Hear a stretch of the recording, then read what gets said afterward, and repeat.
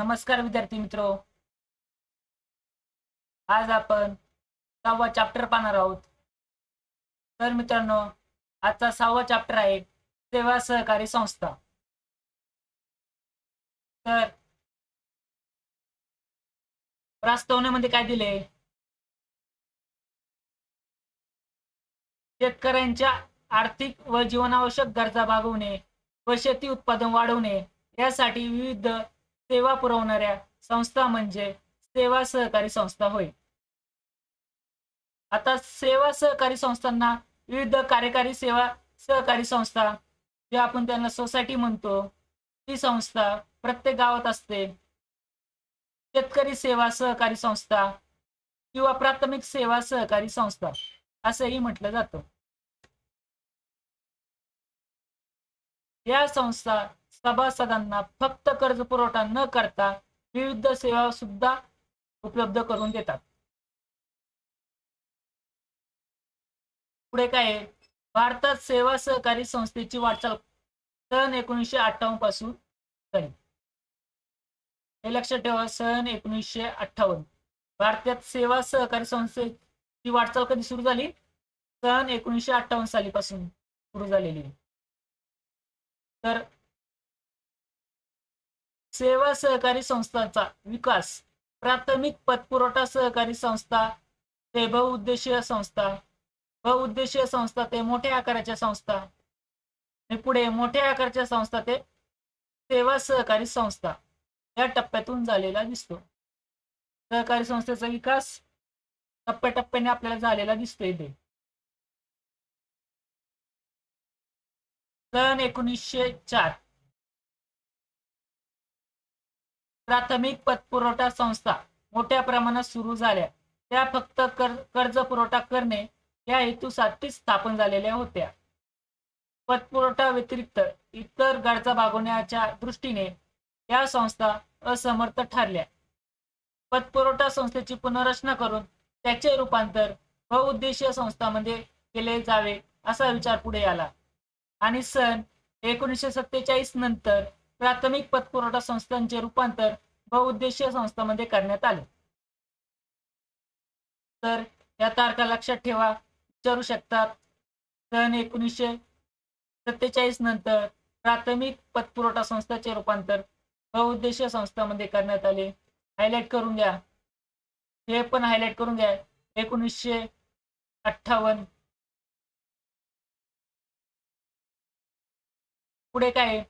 बहुउद्देशीय संस्थांच्या कार्यात अनेक दोष दिसून आल्याने अखिल भारतीय ग्रामीण पतपुरवठा पाहणी समितीने 1954 मध्ये बहुउद्देशीय संस्थांऐवजी मोठ्या आकाराच्या संस्था स्थापन कराव्यात अशा सूचना केल्या।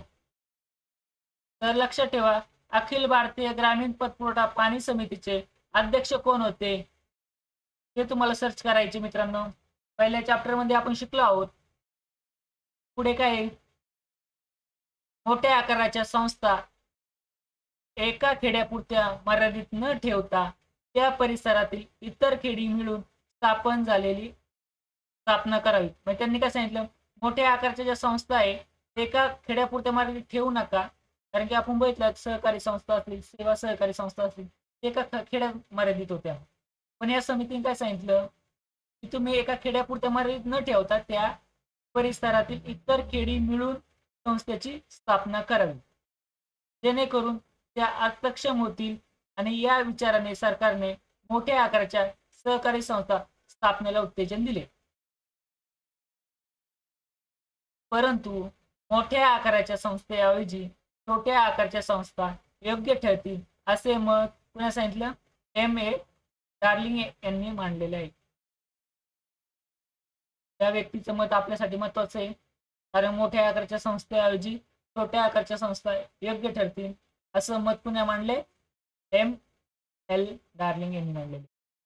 पुढे 1958 मध्ये राष्ट्रीय विकास महामंडळाने देखील अशाच प्रकारच्या संस्थेच्या स्थापनेवर भर दिला। पुढे वेंकुटलाल मेहता या समितीने देखील सेवा सहकारी संस्थेची स्थापना गाव पातळीवर करावी अशी सूचना केली आणि देशाच्या ग्रामीण विकासात सहकारी संस्थाचा खूप मोठं महत्व देण्यात आलेलं आहे.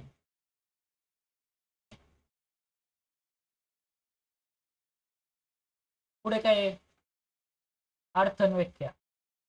ग्रामीण ग्रामीण भागातील शेतकऱ्यांच्या शेतीविषयक विविध गरजा.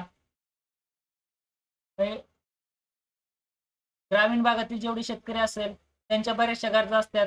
काहींना शेतीसाठी कर्ज पुरवठा लागत असतो, काहींना सुधारित बी बियाणे, खते, कीटकनाशके हे घेण्यासाठी पतपुरवठा लागत असतो. त्याचबरोबर जीवनावश्यक अनेक वस्तूंची गरज असते. उदाहरणार्थ किराणा माल, कपडे, साखर, गहू, तांदूळ इत्यादी शेतीविषयक आणि जीवनावश्यक गरजा भागवण्याच्या उद्देशाने ग्रामीण पातळीवर सहकारी तत्वावर या संस्था स्थापन झालेल्या आहेत. त्यांना सेवा सहकारी संस्था असे म्हणतात. ज्या वस्तू आणि सेवाचा पुरवठा करतात. काहींनी कृषी सेवा पतपुरवठा संस्था काढली असेल तर त्याच्यामध्ये कृषीसाठी असणारे बी बियाणे, खते, कीटकनाशके याची सेवा पुरवतात. काही सूत कामगारांनी काढली असेल तर ते कपडे तयार करून विकतात. समजा एखाद्या दूध संकलनाने काढले असेल किंवा कातर दूध डेअरीचे उदाहरण आपल्याला माहितीच आहे, तर ते पण त्याच प्रकारे एक सहकारी संस्था आहे. कारण की ते सेवा पण पुरवतात. पुढे लोकांना जे ग्राहक असतात त्यांना कमी रेटमध्ये दूध भेटावं, परत शेतकऱ्यांना सुद्धा त्याचा नफा भेटावा, त्या प्रकारे या सेवा सहकारी संस्था काम करत असतात.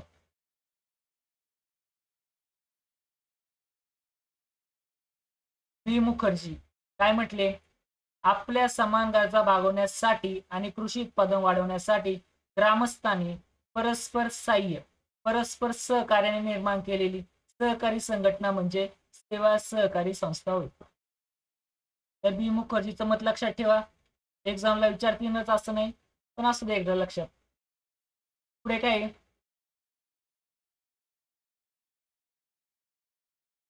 समान आर्थिक गरजांच्या पूर्ततेसाठी व शेती उत्पादन वाढवण्यासाठी शेतीपूरक वस्तू व सेवा उपलब्ध करण्याच्या उद्देशाने लोकांच्या स्वेच्छेने स्थापन केलेली संस्था म्हणजे सेवा सहकारी संस्था होय. तर ह्या ज्या सेवा सहकारी संस्था काय करतात?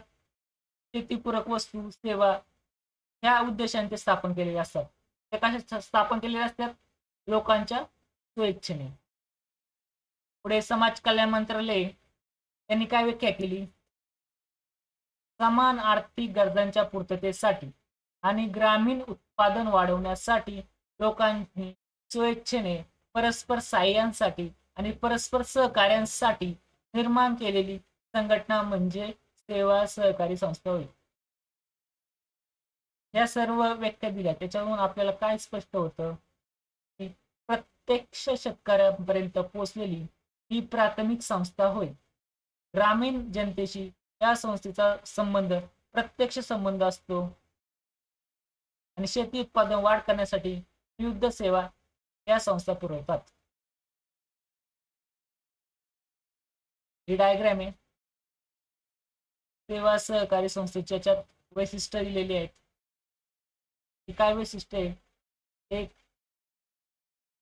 सभासदत्व, दुसरं सभासदांची जबाबदारी, भागांची दर्शनी किंमत, जे शेअर्स घेतात वगैरे त्याची दर्शनी किंमत किती असावी वगैरे, व्यवस्थापन कसं आहे, लोकशाही पद्धतीचे व्यवस्थापन त्याच्यामध्ये, संस्थेची स्थापना आहे. पुढे 6वा मुद्दा काय? भांडवल उभारणे. पुढे जीवनावश्यक वस्तूंचे वितरण आहे, मार्गदर्शन व सल्ला आहे, शेतीविषयक सेवा पुरवणे आणि आधुनिक तंत्राचा वापर. हे साधारण 10 मुद्दे आहेत. हे 10 मुद्दे आपल्याला पुढे पाहायचं आहे. काय सांगितले? सभासदत्व. संस्थेच्या कार्यक्षेत्रातील शेतकऱ्याला सेवा सहकारी संस्थेचे सभासदत्व खुले आणि ऐच्छिक असते. साधारण 1000 लोकवस्तीच्या खेड्यासाठी एक सेवा सहकारी संस्था स्थापन करण्याचे धोरण आहे आणि गावातील किंवा कार्यक्षेत्रातील कोणत्याही व्यक्तीला संस्थेचे सभासद होता येते. शेतकरी, कारागीर व लहान व्यावसायिकांना हे सभासदत्व दिले जाते. हे सगळं आपण थोडं ब्रॉड मध्ये घेत आहोत, कारण शॉर्टकट मारत नाही. बरेच जण सध्या जॉब करता करता एक्झामची तयारी करतात. बऱ्याच जणांचा 2021 ते 2025 गॅप पडलेला आहे. त्यामुळे ह्या गोष्टी सारख्या कानावर पडत राहाव्यात त्यासाठी आपण काही मुद्दे रिपीटेड आहे तरी पण आपण ते कव्हर करत आहोत. दुसरा मुद्दा काय सांगितलाय? सभासदांची जबाबदारी. सेवा सहकारी संस्थेतील सभासदांची जबाबदारी ही मर्यादित असते. कशी असते? विचारू शकतात. सेवा सहकारी संस्थेतील सभासदांची जबाबदारी कशी असते? तर मर्यादित असते. संस्थेला काही कारणामुळे आर्थिक नुकसान झाल्यास सभासदांची जबाबदारी त्यांनी खरेदी केलेल्या भागाच्या दर्शनी किंमत इतकीच मर्यादित असते. सभासदांना त्यांच्या खाजगी मालमत्तेतून झालेल्या नुकसानाची भरपाई करावी लागत नाही. या संस्था मर्यादित जबाबदारीच्या तत्वावर स्थापन झालेल्या असतात. समजा एखादी समजा सेवा संस्था आहे, त्या सेवा संस्थेत अनेक लोकांनी एक भागधारक म्हणून म्हणजे प्रत्येकाने याच्यामधले काहीतरी शेअर्स घेतलेले. समजा त्यांनी असे 400-500 शेअर्स, आणि त्याच्यामध्ये समजा ही जी सेवा देणारी पतसंस्था असेल ती दिवाळखोर झाली, बुडाली, तर त्यांचे फक्त जेवढे शेअर्स घेतले, समजा प्रत्येकाने 10-10 शेअर्स घेतले असेल तेवढे शेअर्स बुडणार आहे, जास्त शेअर्स बुडणार नाहीये. त्यामुळे याची वसुली, समजा हे शेअर्सची वसुली केल्यानंतर म्हणजे यांचे भांडवल 10%च याच्यातलं बुडून द्यायचं, पण ते स्वतःची खाजगी मालमत्ता नुकसान भरपाई म्हणून त्यांना द्यावी लागणार नाहीये.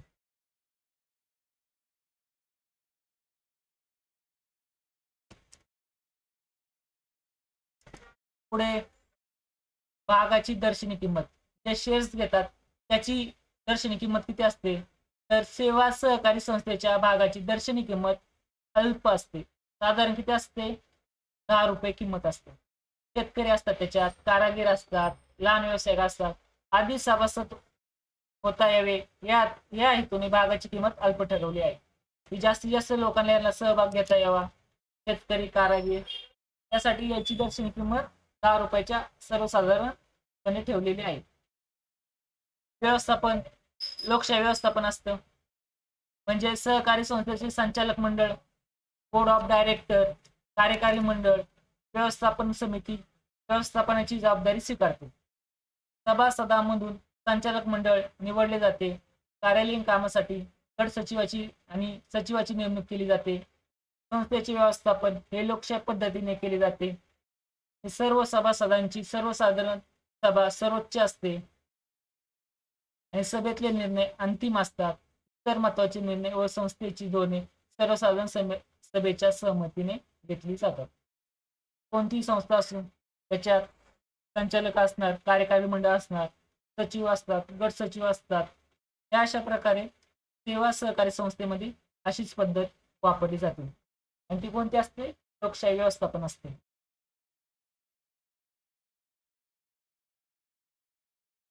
पुढचा मुद्दा काय?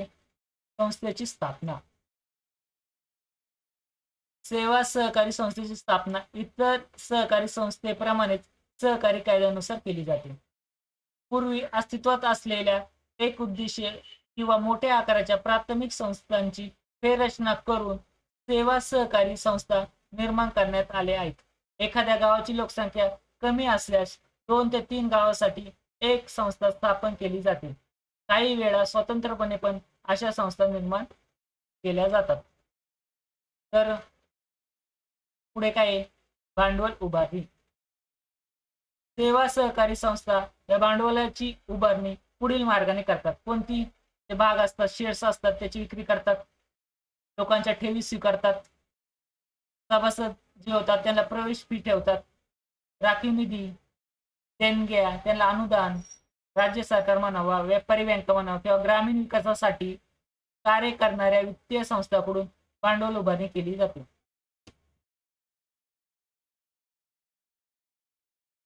समजा आपला सहकारी साखर कारखाना असेल तर ती समजा कोणत्या तरी एका बँकेत, समजा जिल्हा मध्यवर्ती बँकेकडून कर्ज घेते, कारण की त्यांना ते गाळप हंगाम करायचा असतो आणि त्याला जर समजा कर्ज भेटत नसेल तर त्याला हमी म्हणून राज्य सरकार त्याला हमी देत असते.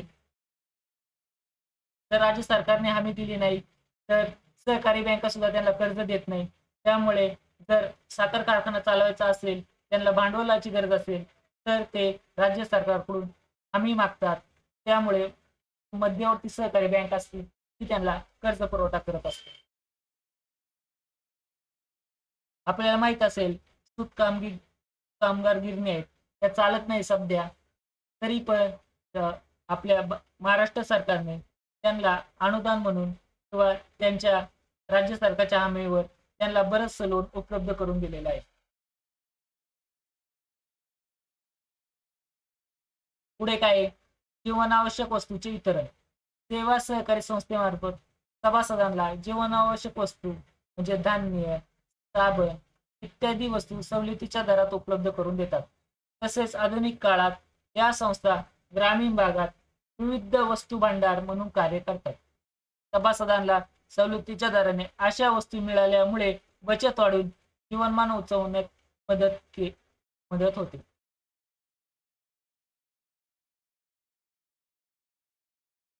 पुढे काय, मार्गदर्शन व सल्ला. सेवा सहकारी संस्था सभासदांना कृषी उत्पादन, शेती, जोडधंदा उद्योग या अशा बाबीत सल्ला देण्याचे कार्य करतात.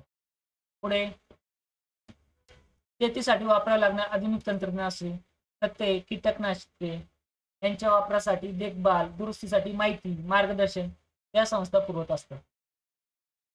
पुढे शेतीविषयक सेवा. आपण 3-4 चॅप्टर मध्ये तेच वाक्य रिपीट पाहत आहोत. पुढे आधुनिक तंत्राचा वापर. शेतीची उत्पादकता वाढवण्यासाठी सेवा सहकारी संस्था आपल्या सभासद शेतकऱ्यांना नवनवीन संशोधनाची माहिती पुरवतात. नवीन यंत्रसामुग्री तंत्रज्ञान यांना उपलब्ध करून देतात. शेतकऱ्यांना शेतीसाठी लागणारे यंत्रसामुग्री भाडेतत्त्वावर उपलब्ध करून देतात. शेतीची उत्पादकता वाढवणे हा उद्देश यामागे असतो.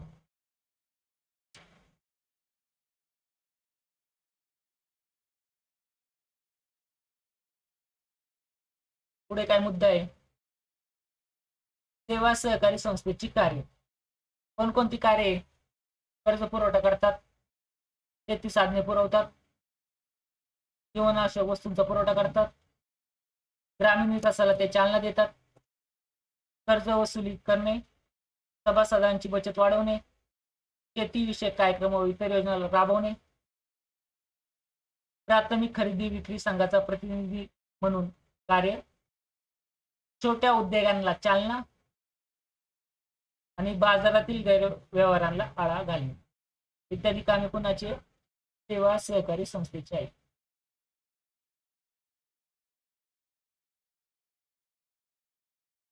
कर्ज पुरवठा करणे.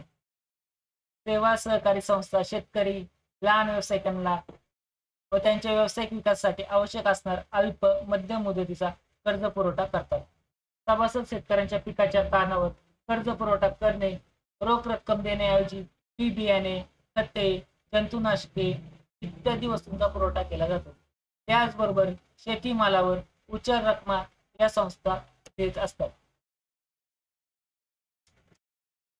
शेती साधने पुरवणे. आपल्याला माहिती आहे कोणकोणती पुरवतात. जीवनावश्यक वस्तूंचा पुरवठा, ही जी आपली गावामध्ये शासन पुरस्कृत स्वस्त धान्याची दुकाने चालवली जातात, त्याची जबाबदारी कुणाला असते? सेवा सहकारी संस्थेकडे सोपवली जाते. त्याचद्वारे सभासदांना जीवनावश्यक वस्तू सवलतीच्या दराने पुरवठा करण्यात येतो. अशा सेवा पुरवल्यामुळे शेतकऱ्यांना शेतीची कामे वेळेवर पार पाडता येतात आणि शेती व्यवसायाकडे लक्ष देता येते. ग्रामीण विकासाला चालना मिळते. सेवा सहकारी संस्था शेतकऱ्यांच्या शेती व्यवसायाच्या वाढीसाठी सहाय्य करतात. त्यांना लागणारा कच्चा माल म्हणावा, अवजारे उपलब्ध करून देतात. नवीन तंत्रज्ञानाची माहिती उपलब्ध करून देतात आणि व्यवसायाची उत्पादकता आणि कार्यक्षमता वाढवण्यास सहाय्य करतात. याशिवाय ग्रामीण भागातील इतर कारागिरांना कच्च्या मालाचा पुरवठा करून ग्रामीण विकासाला चालना दिली जाते. यातून काय होते? रोजगार निर्मिती होते. ग्रामीण विकासाला चालना, रोजगार निर्मिती आणि नवीन तंत्रज्ञानाची माहिती, हे असे छोटे छोटे पॉइंट आहे. एवढे ग्रामीण विकासात लक्षात ठेवायचे. पुढे काय, कर्ज वसुली करणे. सेवा सहकारी संस्था सभासदांना दिल्या जाणाऱ्या कर्जावर लक्ष ठेवून असतात. दिलेल्या कर्जाचा वापर सभासद शेतकरी कशा पद्धतीने करतात यावर लक्ष दिले जाते. उत्पादन कार्यासाठी कर्जाचा वापर व्हावा यासाठी संस्थेकडून कर्जाच्या वापरावर नियंत्रण ठेवले जाते. तसेच कर्जाची वसुली योग्य पद्धतीने करण्यासाठी प्रयत्न केले जातात. शेतकऱ्यांना दिलेल्या कर्जाच्या रकमा त्यांनी अनुत्पादक कामासाठी वापरू नये यासाठी सेवा सहकारी संस्था विशेष प्रयत्न करतात.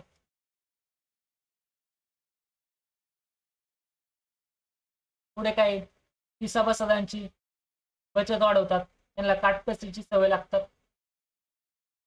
बाकी ज्या ठेवी असतात त्या संस्थेत जमा होण्यास मदत होते आणि परिणामी काय होतं, ते बचत कर्ज म्हणून इतर लोकांना दिलं जातं. त्यामुळे शेती असू किंवा बाकीचे व्यवसाय असू त्यांचा विकास होत असतो.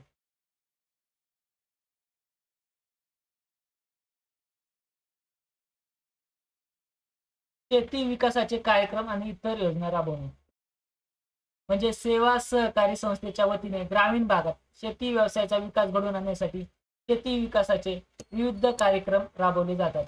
उदाहरणार्थ, पडीक जमीन सुधारणे, सामुदायिक जमीन लागवडीखाली आणणे, खरेदी बियाणे, उत्पादन वाढ, कंपोस्ट खत निर्माण करणे असे विविध कार्यक्रम राबवून शेतीचा विकास करता येतो.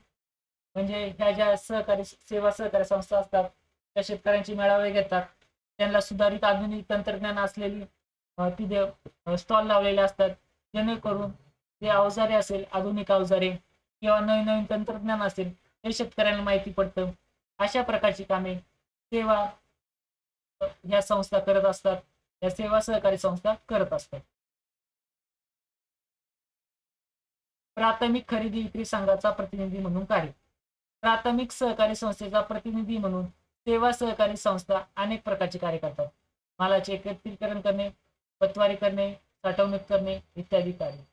म्हणजे सध्या सूतगिरणी असेल तर समजा माल गोळा केला जातो, ते कामगार असतात, ते काम करतात, त्याची साठवणूक, त्याची प्रतवारी, अशा प्रकारे सूतगिरणी कामगार त्या सेवा देण्याचं काम करत असतात. कारण त्या कमी किमतीत ग्राहकांना ही गोष्ट उपलब्ध व्हावी असे अनेक सहकारी सूतगिरण्या आपल्याकडे आहे. इचलकरंजीकडे आहे, कोल्हापुरात इचलकरंजी आहे, त्या अनेक सूतगिरण्या आपल्याला पाहायला भेटतात.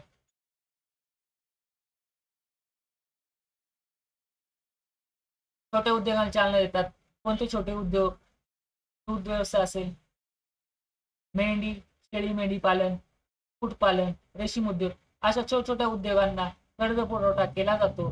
या उद्योगांना चालना मिळाल्याने ग्रामीण भागातील लोकांचे शेतीवरील अवलंबित्व कमी होते आणि रोजगारात वाढ होत असते. पुढचं काय, बाजारातील गैरव्यवहारांना आळा घालणे. शेतीमालासाठी चांगल्या किमती मिळवून देऊन त्याद्वारे सभासदांची उत्पादन क्षमता वाढवण्याचे कार्य या संस्था करतात. शेती सभासदांचा माल एकत्र करून सेवा सहकारी संस्थेमार्फत विकला जातो. परिणामी बाजारातील दलाल व मध्यस्थीची साखळी नष्ट होते. त्याचबरोबर होणारी शेतकऱ्यांची पळवणूक थांबते आणि बाजारातील गैरव्यवहारांना आळा बसतो. या अशा पद्धतीने आपण सेवा सहकारी संस्था पाहिलेल्या आहे. आता आपण सेवा सहकारी संस्था आणि सहकारी पतपुरवठा संस्था याच्यातील फरक पाहूया. तर काय फरक आहे?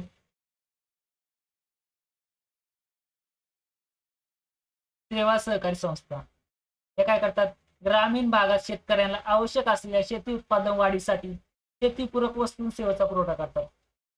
काय करतात? वस्तू सेवांचा पुरवठा करतात. त्यांना सेवा सहकारी संस्था असे म्हणतात. आणि आर्थिक दुर्बल व्यक्तीकडून तारण स्वीकारून त्यांना कर्ज पुरवठा करणारी संस्था म्हणजे सहकारी पतपुरवठा संस्था. एखादी संस्था असेल ती फक्त पैसा घेणं देणं बँकेसाठी कार्य करत असेल, छोट्या शेतकऱ्यांसाठी ती सहकारी पतपुरवठा संस्था असतात. सेवा म्हणजे वस्तूची खरेदी विक्री किंवा शेतकऱ्यांना बी बियाणे जे देत पुरवठा करतं त्यांना सेवा सहकारी संस्था म्हणतात. पुढे काय, ग्रामीण भागात शेतकऱ्यांना जीवन आवश्यक गरजा भागवण्यासाठी स्थापन झालेले आहे.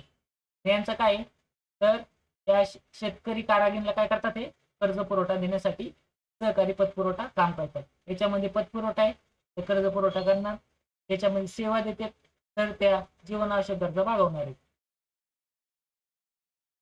सभासद कोण असतात, याच्यामध्ये शेतकरी सभासद असतात आणि सहकारी पतपुरवठा संस्थांमध्ये शेतकरी, शेतमजूर, लघु उद्योग, कारागीर हे सभासद असतात.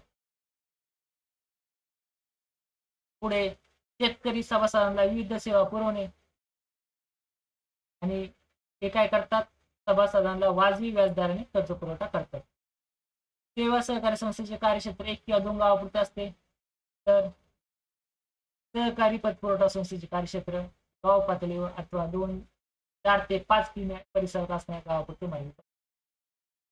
तर पुढे सेवा सहकारी संस्था काय करतात, कर्ज पुरवठा करणे, सुधारित बी बियाणे, खते, कीटकनाशके, जीवनावश्यक वस्तू त्यांचा पुरवठा करणे आणि पतपुरवठा सहकारी संस्था आहे त्या कर्ज पुरवठा करतात, ठेवी करतात, कर्जाच्या वापरावर नियंत्रण इत्यादी कार्य हे करत असतात.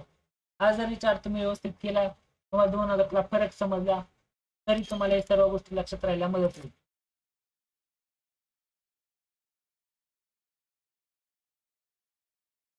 पुढे काय, व्यवस्थापन समिती कोणाला म्हटलं जातं, सभासदांनी निवडून दिलेले प्रतिनिधीचा समूह. भाग भांडवल म्हणजे काय, भागाची विक्री करून जमा झालेली रक्कम. अल्प मुदतीची कर्ज किती असते, 1 ते 15 महिने मुदतीसाठी दिलेले कर्ज आणि मध्यम मुदतीचे 1 ते 5 वर्ष मुदतीसाठी दिलेले कर्ज. म्हणजे भाग असतात ते सहकारी संस्थेच्या एकूण भांडवलातील लहानसा किंवा अंश म्हणजे भाग म्हणजे शेअर. 5 क्वेश्चन आहे. काय, सेवा सहकारी संस्थेचे व्यवस्थापन कसे चालते, लोकशाही पद्धतीने. सेवा सहकारी संस्था कोणत्या पातळीवर कार्य करते, तर गावाची लोकसंख्या किमान किती पाहिजे, 1000 आहे, त्या गावात एक सेवा सहकारी संस्था असावी. सेवा सहकारी संस्थेची वाटचाल कधी सुरू झालेली, 1958. पुढे सेवा सहकारी संस्थेतील सभासदांची जबाबदारी कशी असते, तर मर्यादित असते. चला मित्रांनो, अशा पद्धतीने हा चॅप्टर आपला संपलेला आहे. परत भेटूया या चॅप्टर मध्ये.